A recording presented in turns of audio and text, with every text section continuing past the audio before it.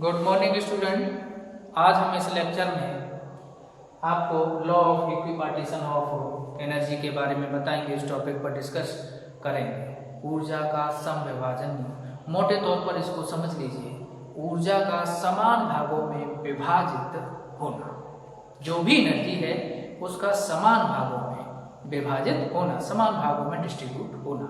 आइए, ये लॉ क्या कहता है। इस लॉ के अकॉर्डिंग कोई भी सिस्टम जो थर्मल इक्विलिब्रियम में है उसकी टोटल एनर्जी सभी डिग्री ऑफ फ्रीडम में इक्वी डिस्ट्रीब्यूट होगी।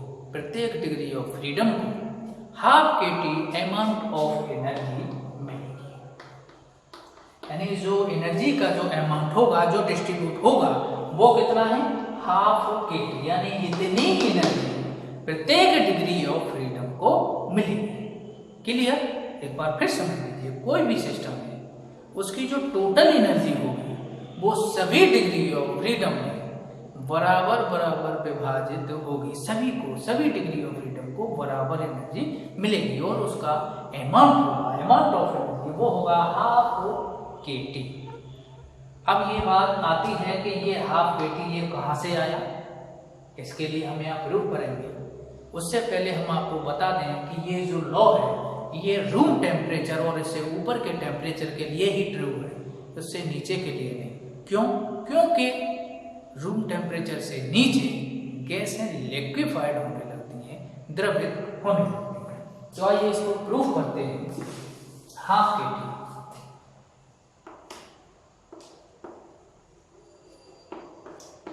मान लीजिए कोई भी मॉलिक्यूल्स है v वेलोसिटी से ट्रांसलेशनल मोशन कर रहा है, तो उसके कंपोनेंट्स मान लीजिए Vx, Vy और ये Vz, ये कंपोनेंट है ट्रांसलेशनल मोशन में। हमने पिछले लेक्चर में बताया था आपको, ये x, ये y और ये z, एक और एक टोटल डिग्री ऑफ फ्रीडम कितनी हो गई, 3 ड्यू टू ट्रांसलेशनल मोशन। तो यहाँ पर ये इसके जो कंपोनेंट हैं क्या है, Vx, Vy और Vz and v square is equal to vx square plus vy square plus vz square. Mean square velocity और mean square velocity v square bar is equal to vx square bar plus vy square bar plus vz square bar. Clear? Since all the direction of motion are equally probable, then vx square bar is equal to vy square bar is equal to vz square bar is equal to 1/3 v square bar। Equation number first. अब हम यहाँ ये देखेंगे कि जो average kinetic energy होती है, average kinetic energy of translational motion is equal to half mv square bar is equal to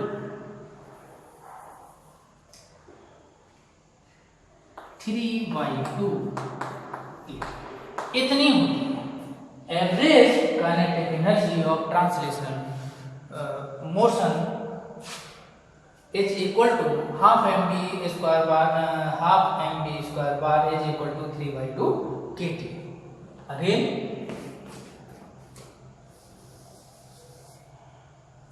then हम क्या करेंगे, ये है तो यहां से इसको देखेंगे फ्रॉम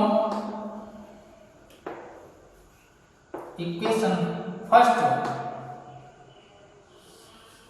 इसे हम लिख सकते हैं half m b x square bar is equal to half m b y square bar is equal to half m b z square bar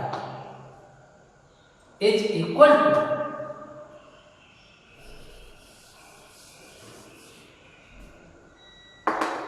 1/3 into half M B square bar.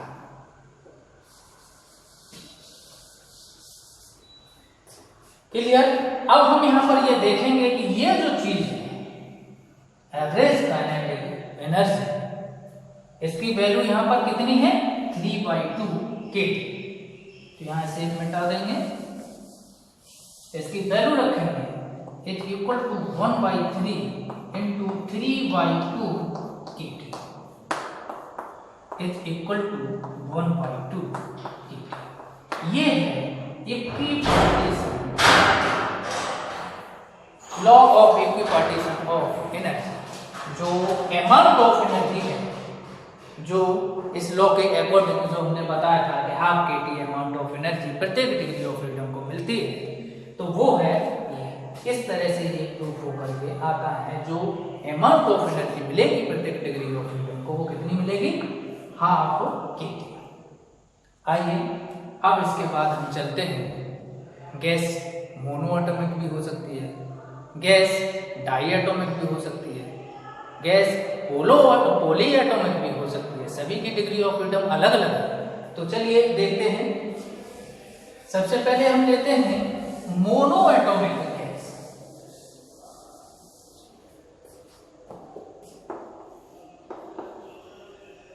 Mono atomic gas, देखिए mono atomic gas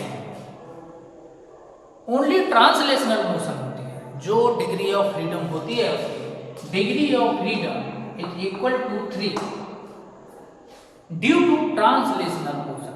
rotational motion होती नहीं, vibrational motion भी नहीं होती। कौन सी motion होती है? Only translational motion. तो उसके कारण जो डिग्री ऑफ फ्रीडम होती है वो कितनी होती है 3, डिग्री ऑफ फ्रीडम 3। तो यहां हम जानते हैं कि जो एवरेज काइनेटिक एनर्जी होती है पर मॉलिक्यूल इज इक्वल टू कितना मिलेगा 3 इंटू हाफ के बराबर 3/2 के। अब आपको ये पता होगा कि एक मोल में नंबर ऑफ मॉलिक्यूल्स कितने होते हैं n। तो average kinetic energy per mole is equal to 3/2 n kT। ये n मॉलिक्यूल्स के लिए है। यहां पर ये जो 3 है, एक डिग्री ऑफ फ्रीडम के लिए इतना हो गया, तो 3 डिग्री ऑफ फ्रीडम के लिए कितना हो गया 3 इंटू हाफ kT। क्लियर। ये जो चीज है यहां पर ये n की, ये है R is equal to n की, यूनिवर्सल गैस कांस्टेंट R। तो यहां पर ये हो जाएगा 3/2 RT। ये है एवरेज काइनेटिक एनर्जी पर मोल डेज 3/2 RT। अब हम बात करते हैं डाई एटॉमिक गैस और डाई एटॉमिक गैस।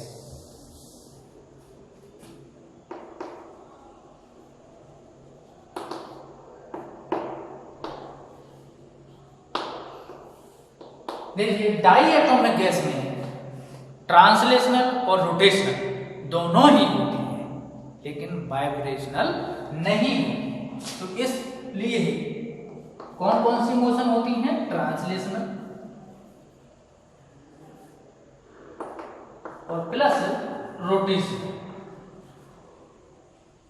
दो मोशन, ट्रांसलेशनल मोशन भी होती है और रोटेशनल मोशन भी होती है। ट्रांसलेशनल मोशन के कारण जो डिग्री ऑफ फ्रीडम है कितनी है? मैक्सिमम 3। और रोटेशनल मोशन के कारण कितनी हो सकती है? 2। तो टोटल कितनी हो गई? 5, यानी F is equal to 5।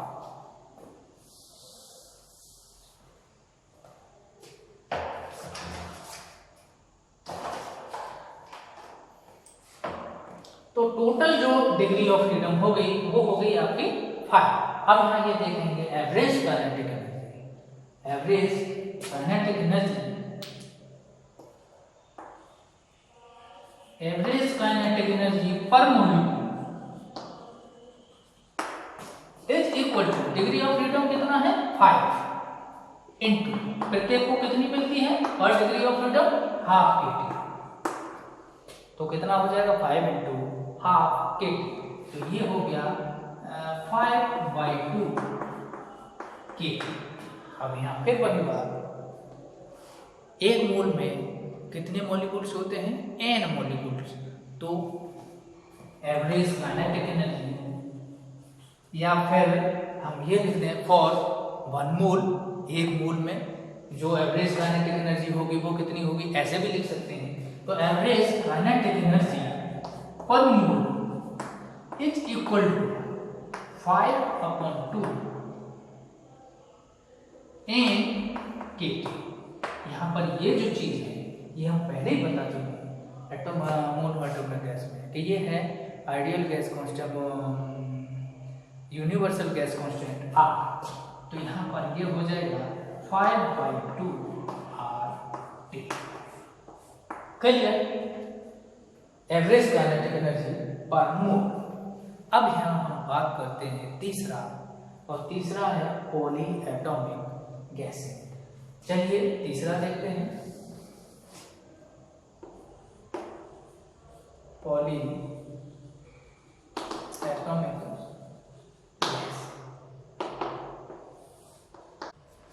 Poly atomic gas में ट्रांसलेशनल रोटेशनल के साथ साथ वाइब्रेशनल मोशन भी होती है, लेकिन एक बात आपको बता दें कि वाइब्रेशनल मोशन में काइनेटिक एनर्जी के साथ साथ पोटेंशियल एनर्जी भी होती है, इसलिए जो उसकी total energy per degree of freedom होगी वो kT होगी, ना कि हाफ kT। देखिए total energy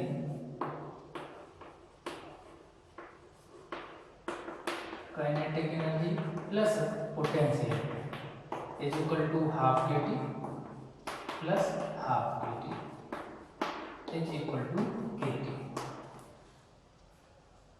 law of equipartition of energy के अकॉर्डिंग तो इतनी होनी चाहिए, लेकिन वाइब्रेशनल मोशन में काइनेटिक के साथ साथ पोटेंशियल होती है, इसलिए जो टोटल एनर्जी होगी वो कितनी होगी kT due to vibrational motion.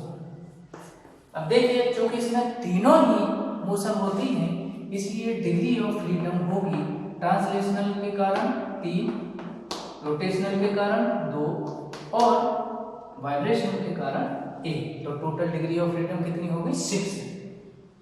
Total average energy per molecule is equal to 3 into half kT plus 2 into half kT plus 1 into kT। इससे ये कैंसिल हो जाएगा, 3/2 kT plus 2 kT is equal to 7/2 kT। ये है total energy, total average energy per molecule. लेकिन अब हम लेंगे total average energy per mole is equal to 7/2 NkT। ये आप जानते ही हैं, Nk is equal to R universal gas constant. तो इस तरह से ये 7/2 RT जो टोटल एवरेज एनर्जी पर मोल होगी वो होगी 7/2 RT पॉली एटॉमिक गैस में। तो इस तरह से हमने आपके लिए चाहे डाई एटॉमिक गैस हो, चाहे मोनो एटॉमिक गैस हो, चाहे पॉली एटॉमिक गैस हो, जो एनर्जी डिस्ट्रीब्यूट होती है, जो टोटल एनर्जी है पर मोल वो कितनी होती है, ये सब आपके लिए बताया है। इस टॉपिक में इतना।